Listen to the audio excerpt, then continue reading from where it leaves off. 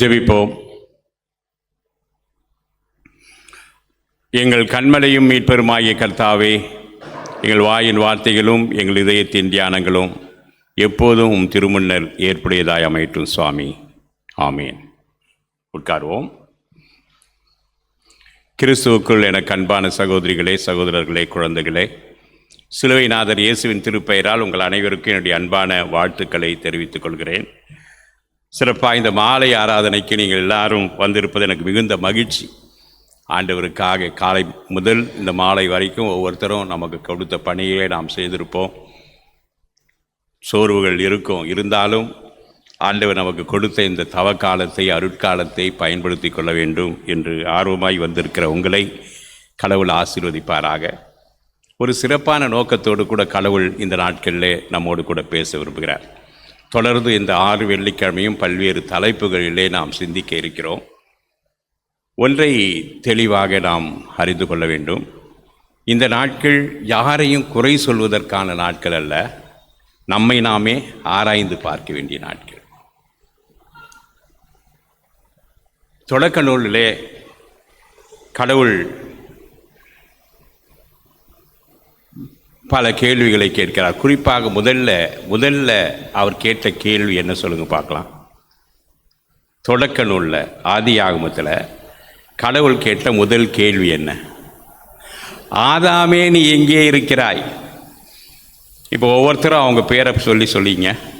இப்போ என் பேர் ஜான் கிரிதரன், ரொம்ப நீளமான பேர், அதனால் கிரின்னு தான் கூப்பிடுவாங்க. எனக்கு அருமையாக, எனக்கு குடும்பத்துலேயும் சரி, மற்றவங்களும் சரி. கிரியே, நீ எங்கே இருக்கிறாய்? உங்கள் பேரை சொல்லுங்கள். உங்கள் பேரை சொல்லி நீங்களே சொல்லிங்க, சத்தம் வரணும். எங்கே இருக்கிறாய்? எங்கேவா இருக்க? கோயிலில் தான் இருக்கேன். எங்கே இருக்கேன் கேட்குறிய? ஆனால் எங்கே இருக்க? ஆண்டவர் கேட்குற, எங்கேப்பா இருக்க? நீ எங்கே இருக்க? ஆதாம் அதுக்கு என்ன சொன்ன பதில் என்ன? ஆதாம் சொன்ன பதில் என்ன? உம்மை பார்க்கறதுக்கு பயந்து போய் ஒளிஞ்சின்னு இருக்கேன். நம்ம கடவுளுக்கு பயந்து ஒளிந்து கொண்டு இருக்கிறோமா? ஆனால் அதுக்கு முந்தின நாள் வரைக்கும் ஆதாம் கடவுளோடு கூட நண்பனை போல உலாவிட்டு இருந்தார். ஓகேவா? சரி, தொடக்க நூலில் ஆண்டவர் கேட்ட 2வது கேள்வி என்ன சொல்லுங்க? 2வது கேள்வி.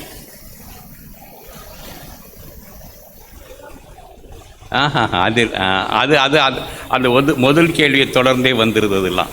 அது இல்லாமல் இன்னொரு பர்சன் கிட்ட கேட்குறாரு. காயினை பார்த்து கேட்குறாரு, உன் சகோதரன் எங்கே? இந்த 2 கேள்வி நமக்கு எப்பவும் ஞாபகத்தில் இருக்கணும். கடவுள் நம்மை பார்த்து கேட்குற முதல் கேள்வி, நீ எங்கே இருக்க? 2வது கேள்வி, உன் சகோதரன் அல்லது உன் சகோதரி எங்கே இருக்காங்க? இன்றைக்கி நம்ம சொல்லலாம், நாங்களாம் கோயிலில் இருக்கோம், சரி, உன் சகோதரன் உன் சகோதரி எங்கே? பல நேரங்களில் நமக்கு வியப்பாக இருக்கும். ஆண்டவர் எப்போதுமே நம்மை பற்றி மட்டும் கேட்கறதில்ல, நம்மோடு இருக்கிறவர்களை பற்றியும் கேட்கிறார். 10 தொழுநோயாளர்கள் சுகமாகிறார்கள். ஒருத்தர் மட்டும்தான் என்ன பண்ணுறாரு? திரும்பி வராரு, நன்றி சொல்கிறாரு. ஆண்டவர் உடனே என்ன பண்ணுறாரு? ரொம்ப தேங்க்ஸ், திரும்பி வந்திய நீயாவது அப்படின்னு சொல்லலை. என்ன சொன்னார்? மற்ற 9 பேர் எங்கே? So what we can understand through this is, we are not only responsible for ourselves, we are responsible to our brothers and sisters. நீங்கள்லாம் கோயிலுக்கு வந்திருக்கீங்க, ரொம்ப சந்தோஷம். வராதவங்களை கூப்பிடுங்க, கொஞ்சம் என் கூட வாங்க, உட்காருங்க.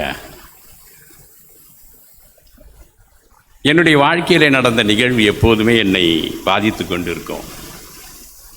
நான் ஹைஸ்கூலில் படிக்கும்போது என்னுடைய நண்பர் ஒருவன் சண்டே ஆனால் கிரவுண்டுக்கு போய் விளையாட போவாங்க. ஏதோ வாலிபால் அந்த மாதிரி.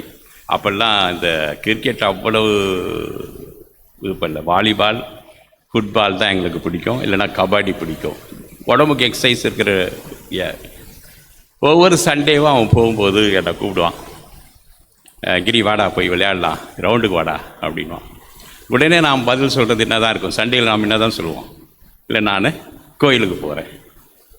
பல நாள் அப்படி நடந்தது. ஒரு நாள் அவன் கேட்டான், நான் ஒவ்வொரு ஞாயிற்றுக்கிழமையும் உன்னை கிரவுண்டுக்கு வான்னு கூப்பிடுறேன், ஆனால் நீ ஒரு நாளாவது என் கோயிலுக்கு வான்னு நீ கூப்பிட்டியா அப்படின்னு கேட்டான். நான் என்ன நினச்சிட்டு இருக்கேன்னா, கோயிலுக்கு வான்னு கேட்டால் அவனை மதம் மாற்ற நினைப்பானா, அவன் ஏதாவது தப்பாக நினைப்பானா, இல்லை அவன் கோயிலுக்கு வர சொல்லி என்ன கூப்பிட்டா, இப்படி ஏதோ ஒரு கேள்வி. என்ன நினச்சேன்னு எனக்கு ஞாபகம் தெரியாது, ஆனால் நான் கூப்பிட்றதில்ல. But people are expecting that. So நான் என்ன உங்கள்கிட்ட கேட்குறேன்னா, நாங்கள் இன்றைக்கி கோயிலுக்கு போகிறோம், முடிஞ்சா வாங்கலேன். இன்றைக்கி காஸ்பல் நம்ம வெளியே போய் சொல்ல முடியாது, வாய்ப்பு இல்லை. நான்லாம் சின்ன வயசு இருக்கும்போது காஞ்சிபுரத்தில் ஆண்டவருடைய கிருபையினாலே என் கால் அடிப்படாத தெரு கிடையாது. ஒவ்வொரு இடமாய் போய் இயேசுவை பற்றி அறிந்திருக்கேன். வருத்தப்பட்டு பாரம் சுமக்கிறவர்களே நீங்கள் எல்லாரும் வாங்க, எவ்வளோ சத்தமாக சொல்ல முடியுமோ சொல்லி கூப்பிட்ருக்கேன். ஆனால் இன்றைக்கி பண்ண முடியாது, பல காரணங்கள். சரியா? ஆனால் கடந்த வாரம் நான் ஏற்கனவே உங்கள்கிட்ட பகிர்ந்து கொண்டாந்தேன். ஒரு வீடு பிரதிஷ்டைக்கு போயிருந்தேன் ராயப்பேட்டையில். அங்கே பல நண்பர்கள், பிற சமய நண்பர்கள் வந்திருந்தாங்க. அங்கே இந்த பகிர்ந்து கொள்வதை பற்றி பேசும்போது ஒரு வியாபார இதனுடைய தலைவர் சொன்னார், 1,00,000 பேருக்கு பேச வேண்டியதை இந்த சின்ன அரங்கத்தில் நீங்கள் பேசியிருக்கீங்க, எங்களை மாற்றிருக்கீங்க, நாங்களை பற்றி சிந்திக்க வைக்கிருக்கீங்க, செல்வம் எதற்கு என்பதை பற்றி சொன்னார். கடவுள் எப்படியோ பயன்படுத்தார். So first question God asked, where are you? நீ எங்கே இருக்க? நான் உன்னை தேடி வந்திருக்கேன், தைரியமாக என்னை பார்க்க வந்திருக்கியா, ஒளிஞ்சின்னு இருக்கியா? ரெண்டாவது, உன் சகோதரன் உன் சகோதரி எங்கே? ரைட். இன்றைக்கு நம்ம என்ன தலைப்பை பற்றி பார்க்க போகிறோம்? பார்த்துட்டு வந்தீங்களா? இன்றைக்கி என்ன தலைப்பு நம்மக்கிட்ட பிரிண்ட் பண்ணி கொடுத்துருக்காங்க.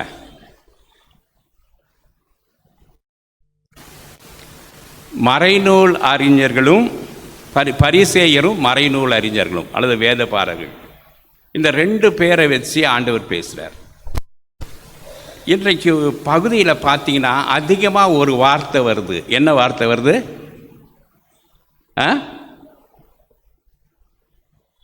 இல்லை, ஒரு வார்த்தை திரும்ப திரும்ப ரிப்பீட்டடாக வருது. என்னது? இல்லை, சரியாக பாருங்கள், நீங்கள் படித்த பகுதியை படிங்க. எது வருது திருப்பி திருப்பி? பைபிள் வச்சுருக்கவங்க பாருங்கள், என்ன வார்த்தை திரும்ப திரும்ப வருது? முதல் வார்த்தை படிங்க, 13வது வசனம். உங்களுக்கு என்ன வார்த்தை திரும்ப திரும்ப வருது? ஐயோ ஐயோ ஐயோ. ஐயா, ஐயோன்னு கேட்கறதுக்காக நாங்கள் கோயிலுக்கு வந்திருக்கோம். நீ நல்லா இருப்ப, ஆசீர்வாதமாக இருப்பேன்னு கேட்குற வார்த்தைக்கு வந்திருக்கோம். ஆனால் கடவுள் இன்னைக்கு என்ன மறைநூல் அறிஞரையும் பரிசேயரையும் பார்த்து ஐயோ ஐயோ ஐயோன்னு சொல்கிறார். எத்தனை முறை சரி சொல்கிறாருமா? எண்ணி பார்த்தீங்களா? சரி, வீட்டில் போய் நானே சொல்ல, 7 முறை ஐயோ சொல்கிறார். எத்தனை ஐயோ? 7 ஐயோ சொல்கிறார். ஒவ்வொன்றுத்துக்கும் ஒரு 2 நிமிஷம் எடுத்துக்கோ. 7 2 14 ஆகிடும். அதுவே சரி, 15 20 நிமிஷம். ஒவ்வொரு ஐயோவாக பார்ப்போம். எல்லாரும் பைபிளை திறந்து வச்சுருக்கணும். தயவுசெய்து ஆலயத்துக்கு வரும்போது பைபிளோடு வாங்க. குறிப்பாக இந்த லெந்து காலங்களில் நாம் இதை பார்க்க போகிறோம்.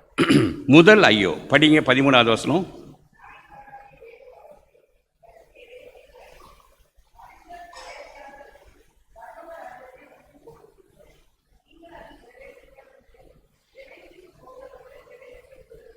போதும். முதல் ஐயோ சொல்கிறாரு, இந்த பரிசேயர் அல்லது மறைநூல் அறிஞர்கள் இரண்டு கெட்டவங்க கிடையாது, நல்லா தெரிஞ்சிங்க. பரிசேயர்கள் நியாயப்பிரமாணத்தை கரெக்டாக கடைபிடிக்கணும். சவுல், அதாவது பவுலாகமாக சவுல் நல்ல பரிசேயர், பவுல் நல்ல பரிசேயர். அவர்கள் நியாயப்பிரமாணத்தில் சொல்லப்பட்ட அத்தனையும் கை கொள்ளணும்னு விரும்புகிறவங்க. அது நமக்கு தெரியும். பரிசேயர் வரி தண்டுவருடைய ஜெபம். என்ன ஜெபம் பண்ணுறாங்க? பரிசேயர் என்ன சொல்கிறாரு? நான் வாரத்தில் 2 தரம் உபவாசிக்கிறேன், வருமானத்தில் எல்லாம் 10 பாகம் எடுக்கிறேன். அதாவது லூக்கா 18ஆம் அதிகாரத்தில் பார்க்கணும், 10% தசம பாகம் செலுத்துகிறேன். இந்த வரித்தண்டுவோனை போல அல்லது ஆயக்காரன் ஆயம் என்று சொல்ல வரித்தண்டுவரை போல நான் இல்லை.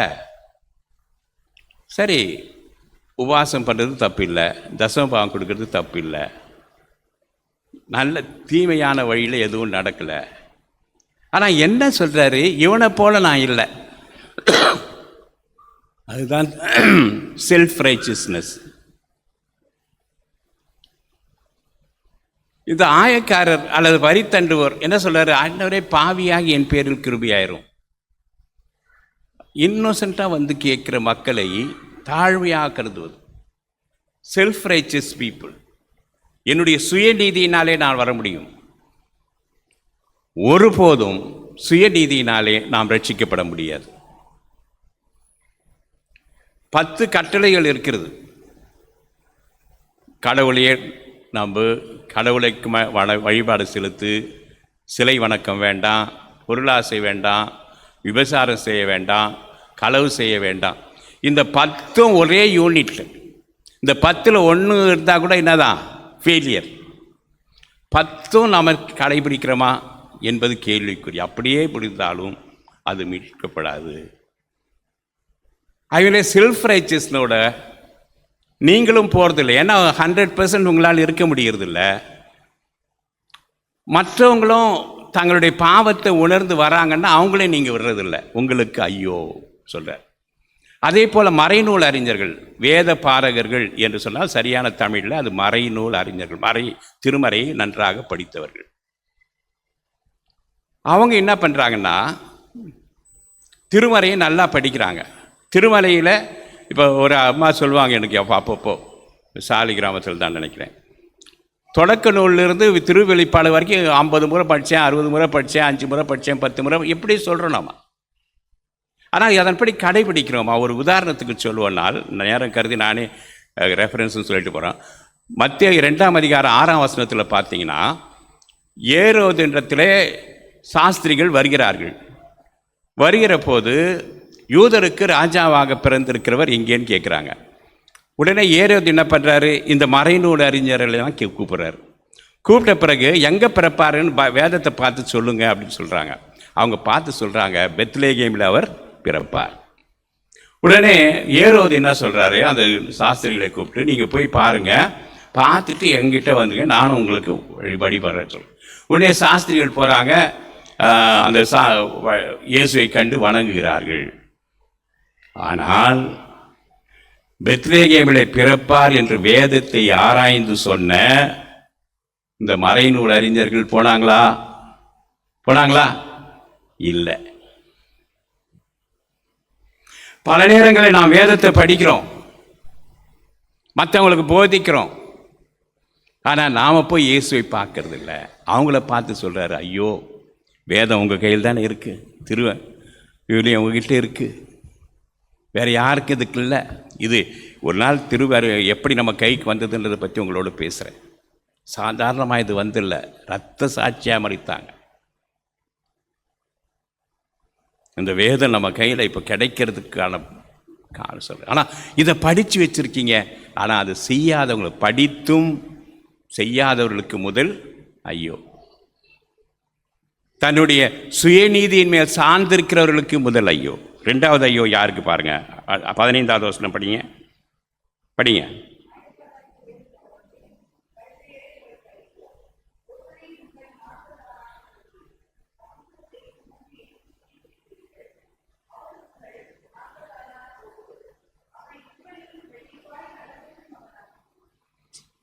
நம்ம காஸ்பல் ஒர்க் பண்ணுறோம், இங்கே அங்கே போயிட்டு எப்படியோ கஷ்டப்பட்டு திருமுழுக்கு கண வைக்கிறோம், நம்ம திருச்சபையில் சேர்க்குறோம். ஆனால் திருச்சபையில் சேர்ந்த பிறகு அவர்கள் கிறிஸ்துவுக்கு உண்மையுடையவர்களாக இருக்காங்களா?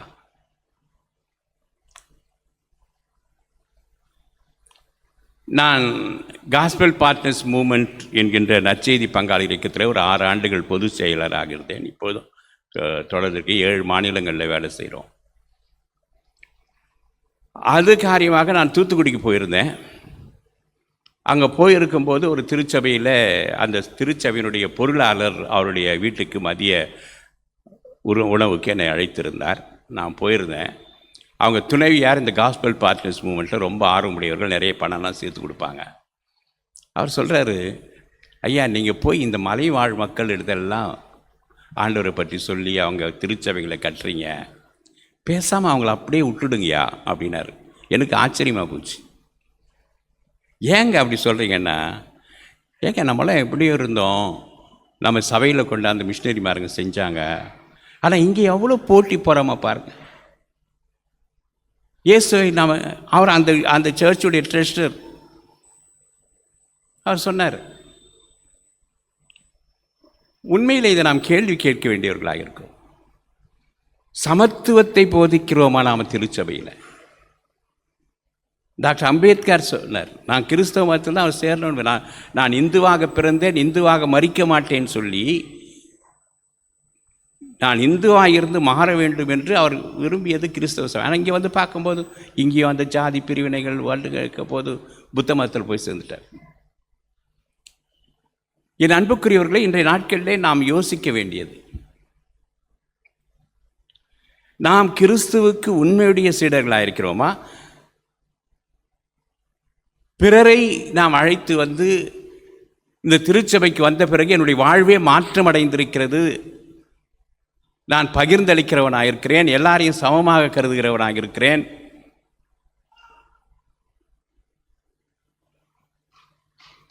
ஆண்டவர் நம்மை எப்படி மாற்றுவதற்காக வந்திருக்கார், நம்முடைய வாழ்க்கை நிலையை மாற்றுவதற்காக.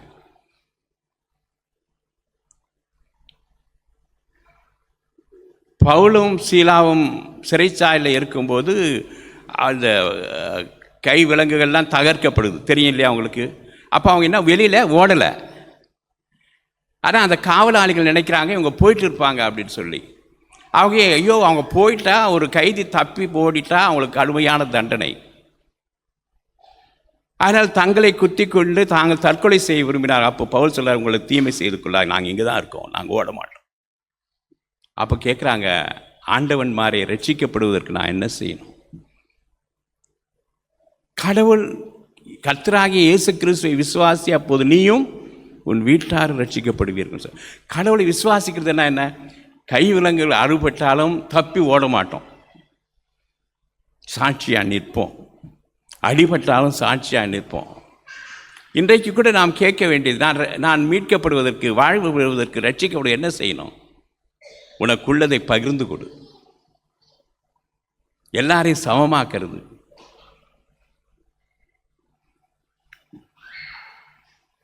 கடவுள் எனக்கு அந்த இல்லை இறையொப்பீடுகளை அதை சொன்னேன், எனக்கு கோடிக்கணக்கான ரூபாய் என்கிட்ட இருக்குதுன்னா அது எனக்குன்னு கடவுள் கொடுக்கல, என்னை நம்பி கொடுத்து மற்றவங்களுக்கு பகிர்ந்து கொடுக்க சொல்லியிருக்காரு. உனக்கு தேவையானதை வச்சுக்கோ. ஆகவே இப்படி மாற்றுவதற்காகத்தான் மற்றவர்களை அழைக்க வேண்டும். ஆனால் இவர்களோ பெரும் பாடுபட்டு மற்ற இனத்தாரை கொண்டு வந்து சேர்க்குறீங்க, ஆனால் அவங்களை இன்னும் மோசமாக்கிறீங்களே, உங்களுக்கு ஐயோன்னு சொல்கிறார். மூன்றாவது ஐயோ, 16வது வசனம் படிங்க.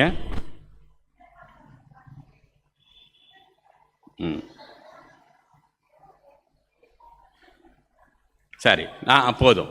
அதாவது என்னன்னா, இங்கே திருக்கோவிலின் மீது ஆணையிட்டால் ஒன்றும் இல்லை, ஆனால் அந்த பொருள் மேல் ஆணையிட்டால் தான் நீங்கள் சொல்கிறார்.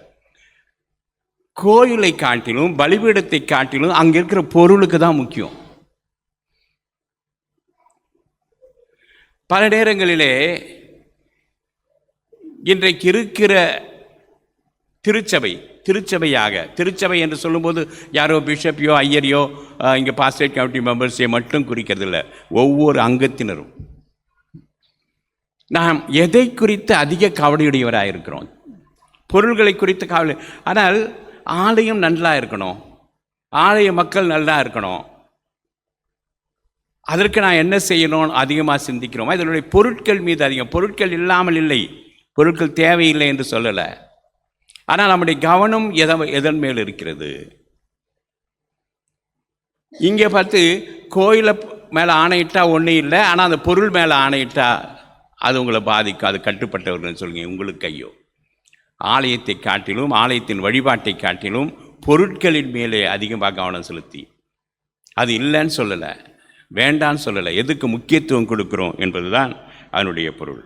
அடுத்ததாக நாம் பார்க்கின்ற போது அடுத்த ஐயோ எங்கே வருது? 23வது வசனம் படிங்க.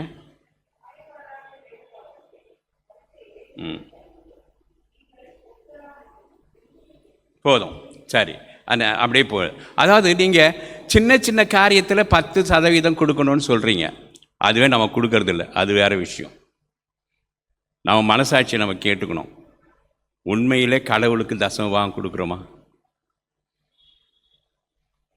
நான் அடிக்கடி சொல்கிறது, நேற்று என்னுடைய அக்கா மகன் வீட்டுக்கு வந்திருந்தான். அவன் சொன்னான், மாமா நீங்கள் சொல்கிற ஒரு காரியத்தை என் பிள்ளைங்களுக்கு திரும்ப திரும்ப சொல்லிகிட்டு இருக்கேன். என்னன்னா, நான் அடிக்கடி பிள்ளைகளுக்கு சொல்கிறது, திருமணத்தில் சொல்வது, எங்களுடைய குடும்பத்தில் நான் சொல்கிறது என்னன்னா, 1000 ரூபாய் சம்பாதிக்கிறோமா, குறைந்தபட்சம் நான் சொல்கிறது குறைந்தபட்சம் 10%. 1000 ரூபாயில் 100 ரூபா யாருக்கு தான் உரியது? கடவுளுக்கு உரியது. ஒரு பைசா அதில் எடுக்கக்கூடாது. அது எங்களுக்கு அக்கா சொல்லுங்க. எங்கள் அக்கா, நான் சின்ன வயசில் எனக்கும் அவங்களுக்கு 15 வயசு வித்தியாசம். வந்த உடனே ஒரு தசமபாகத்தை எடுத்து கவரில் எடுத்து தனியாக வச்சுடுவோம்.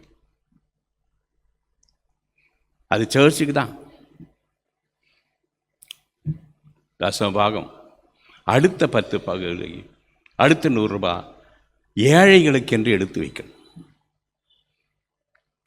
குறைந்தபட்சம் 1000 ரூபாய் சம்பாதிக்கிறேன், சாப்பாட்டுக்கே இல்லாதவனுக்கு 100 ரூபா கொடுக்கக்கூடாதா? கடவுள் அதை அப்படி கொடுப்பேன்னு நினச்சி தான் எனக்கு கொடுத்துருக்காரு. அடுத்த 100 ரூபா உன்னுடைய எதிர்காலத்துக்கு பிள்ளைகளுக்கு சேவிங்ஸில் போட்டு வை. 700 ரூபாய் வச்சு உன் குடும்பத்தை நடத்து. 70%. ஆனால் நாம் என்ன நினைக்கிறோம், 70 80% சேவிங்ஸு நமக்கு தான். 80% நம்மக்கிட்ட இருக்கிறத பற்றி நம்ம மகிழ்ச்சி அடைகிறது இல்லை. இந்த 20% பற்றி தான் யோசித்துன்னு இருக்கும். ரொம்ப ஒரு ஆசீர்வாதமும் கிடையாது. நீங்கள் கோடி கோடியாக சேர்க்கலாம், நிலை வாழ்வுக்கான எண்ணெய் இல்லை, நமக்கு இல்லைன்னு அர்த்தம். ஏழைகளை பற்றிய சிந்தை இல்லைன்னா நீ கிறிஸ்தவன் இல்லை, இயேசுவனுடைய சீடன் இல்லை. அவர் கடவுளுக்கு இணையாக இருப்பதை பற்றி கொண்டிருக்கல, தம்மை வெறுமையாக்கி ஏழை என்றும் எம்மையெல்லாம் செல்வந்தராக்கும்படியாக அவர் ஏழையானார். ஆனால் இங்கே இந்த பரிசேயர்கள் நம்ம விட உயர்ந்தவர்கள். அவங்க சீரகத்திலையும் வெந்தயத்திலையும் கூட தசமபாகம் கொடுக்குறாங்க. ஆனால் அவங்களுக்கு ஏன் ஐயா சொல்கிறாரு, இப்படி கொடுத்துட்டு கடவுளை மறந்துடுறாங்க. இப்படி கொடுக்கறதுனால எனக்கு மோட்சம் கிடைச்சிடும். அப்படி இல்லை, நீங்கள் என்ன கொடுத்தா இதுவும் கடமை, இதுவும் கடமை. இதைவிட முக்கியம் மக்களை நேசிக்கிறது. அதாவது அன்பு செலுத்த முடியும், அன்பு இல்லாமலேயே என்னை செலுத்த முடியும். எங்கே சொல்லியிருக்கார் சொல்லுங்க பவுல்? அன்பு இல்லாமையே என்னுடைய உடம்பை சுட்டெரிக்க கூட குடிக்கலாம். எங்கே சொல்லியிருக்காரு? பவுலடியார் ஒரு இடத்துல சொல்லுகிறார், அன்பில்லாமல் என் உடலை சுட்டெரிக்க கொடுத்தாலும். எங்கே சொல்லியிருக்காரு? 1 கொரிந்தியர் 13. அன்பில்லாமே இதெல்லாம் செய்ய முடியும். கடவுள் பேர் அன்பில்லாமையே எனக்கு 10 பங்கு விட்டால் எனக்கு 100 பகுதியாக கிடைக்கணும்னா அது காணிக்க கிடையாது. இதையெல்லாம் கைமாறி கருதாமல் செய்யணும். பரிசேயர்கள் என்ன பண்ணுறாங்க, இதெல்லாம் செஞ்சுட்டு இந்த அன்பை விட்டுடுறாங்க, மற்றவனை குறை சொல்லிட்டு இருக்காங்க. பரிசேயருக்கே அந்த கதின்னா நம்ம காரியம் என்ன? நம்ம இந்த 10% திருடி வச்சிருக்கிறோமே. மல்லிகை 3:10 போய் வாசித்து பாருங்கள். வீட்டில் கொள்ளை அடிக்கிறீங்க, என் பொருளை கொள்ளை அடித்து வச்சுருக்கீங்க அப்படின்னு தான் ஆண்டவர் சொல்கிறார். காணிக்கை எடுக்கிறவங்கள திருடி வச்சுருக்கீங்க.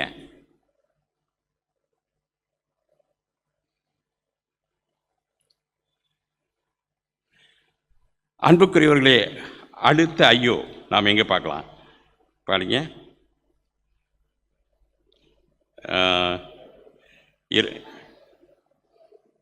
25 படிங்க. போதும், ரைட்.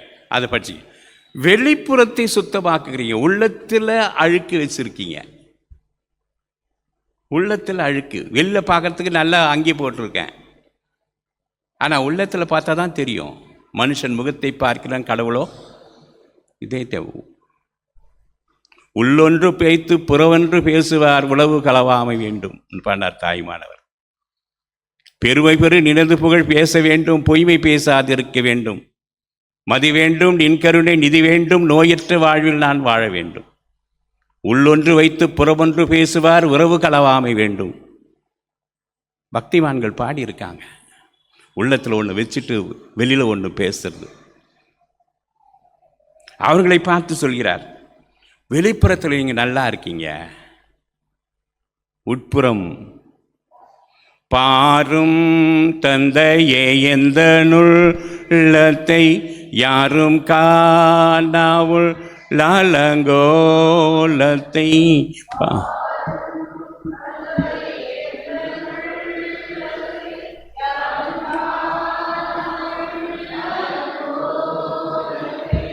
மனம் நொந்து மருளுகிறே, பரிசுத்தம் கெஞ்சுகிறே.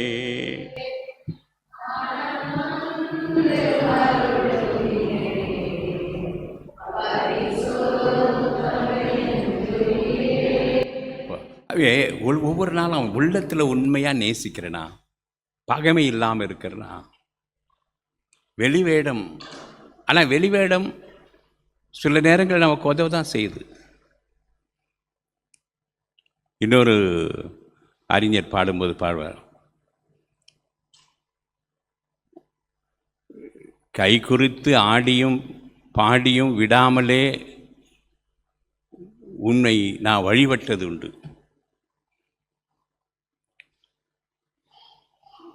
ஆனால் தன்னார் உன்னருள் அறியாததல்லவே இந்த உலகம் அறியும். நான் முழங்கால் படுகிறேன், ஜெபம் பண்ணுறேன், கோயிலுக்கு போகிறேன், எல்லாம் செய்கிறேன், என் உள்ள அழுக்காக இருக்குது, ஆனால் அதை மாற்று ஆண்டவரேன்னு பாடுறேன்.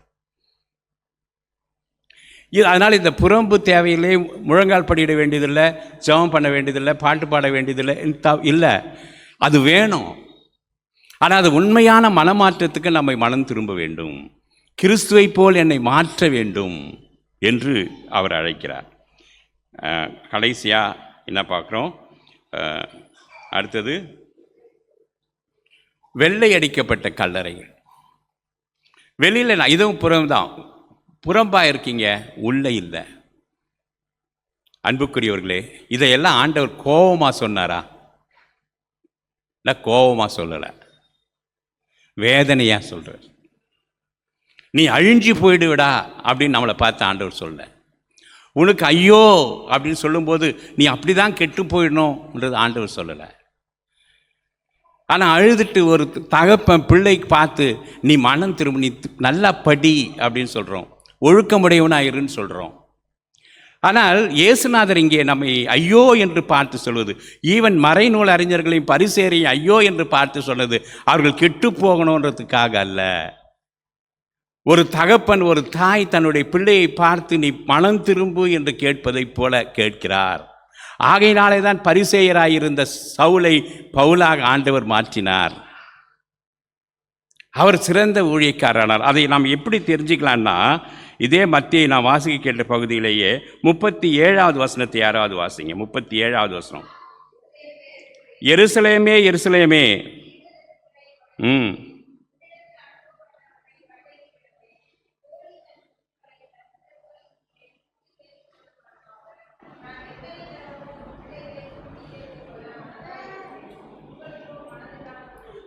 அழறாரு, எருசலேமே எருசலேமே, உன்னை கூட்டி சேர்க்கறதுக்கு தான்ப்பா இதெல்லாம் சொல்கிறேன்.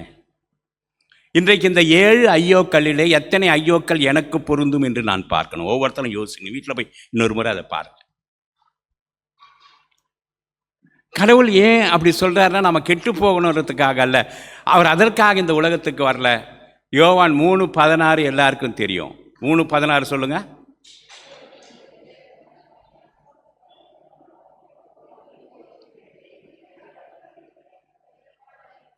நமக்கு நிலை வாழ்வை, நித்திய ஜீவனை கொடுப்பதற்காக வந்தார் என்று சொல்லிவிட்டு 17வது வசனம் சொல்லுங்க. உலகத்தை ஆக்கினை தண்டனை தீர்ப்புக்கு உட்படுத்த நான் வரவில்லை, மாறாக படிங்க.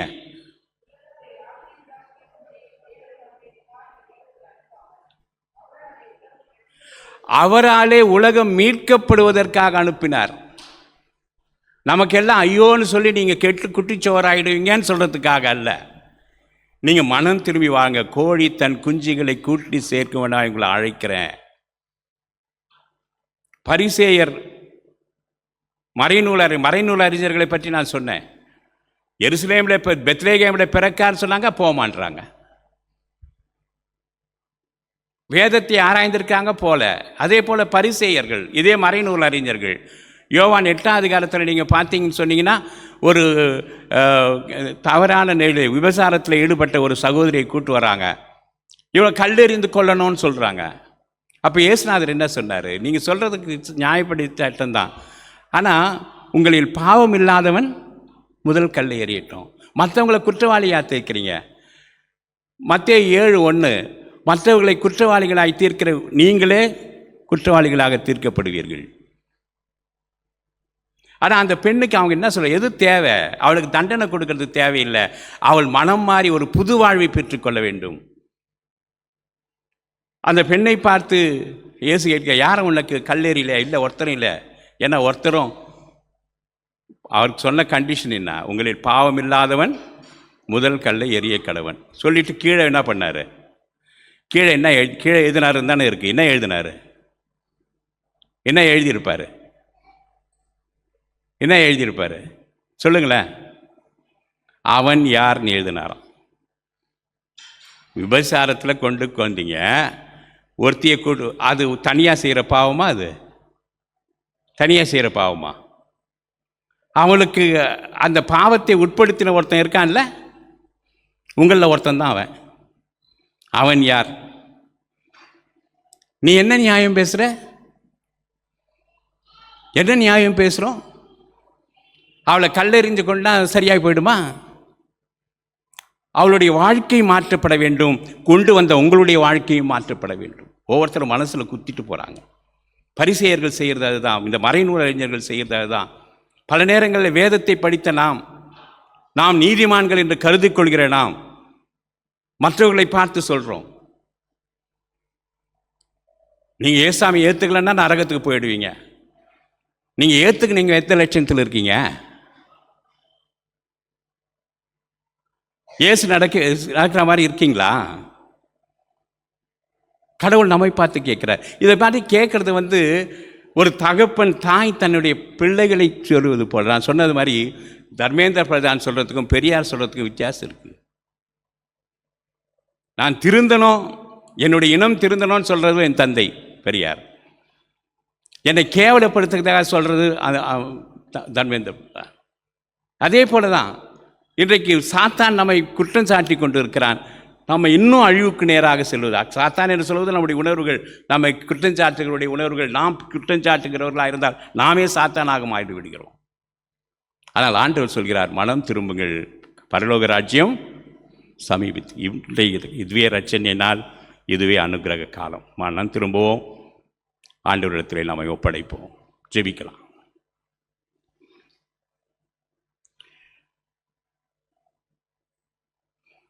அன்பின் ஆண்டவரே,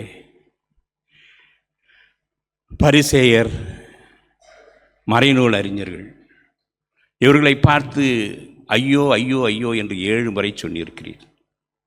7 ஒரு முழுமை. இன்றைக்கு நாங்கள் மறைநூல் அறிஞர்களாக இருக்கிறோம். வேதம் எங்கள் கையில் இருக்குது. நீர் கொடுத்ததுடைய வார்த்தை எங்கள் கையில் இருக்குது. நாங்கள் ஒழுக்க நெறிகளில் வாழ முயற்சிக்கிறோம், உபவாசிக்கிறோம், காணிக்கை செலுத்துகிறோம், கோயிலுக்கு வர்றோம். இதெல்லாம் குறைவல்ல. ஆனால் நாங்கள் இன்னும் முழுமை அடைய வேண்டும். எங்களுக்கு முழுமைக்கு நேராக நடத்தும் சுவாமி. ஆண்டவரே, எங்களை வெறுக்கிறவராக அல்ல, எங்களிடத்தில் எங்களை நேசிக்கிறதுனாலே, ஒரு தகப்பன் ஒரு தாய் தன்னுடைய பிள்ளையை அன்பு கூறுவதனாலே தண்டிப்பதைப் போல எங்களை கடுமையான வார்த்தைகளை பயன்படுத்துகிறீர். நாங்கள் மனம் திரும்ப எங்களுக்கு உதவி செய்யும். இந்த நாட்கள் இன்னும் நாங்கள் உம்மை நெருங்கி வர அருள் புரிவீராக. தொடர்ந்து எங்களோடு பேசும், எங்களை வழிநடத்தும், எங்களுடைய குற்றங்குறைகளை மன்னியும். அருமை இரட்சகர் இயேசு கிறிஸ்துவின் வழியாய் வேண்டிக் கொள்கிறோம், எங்கள் தாயும் தந்தையுமான கடவுளே. ஆமென்.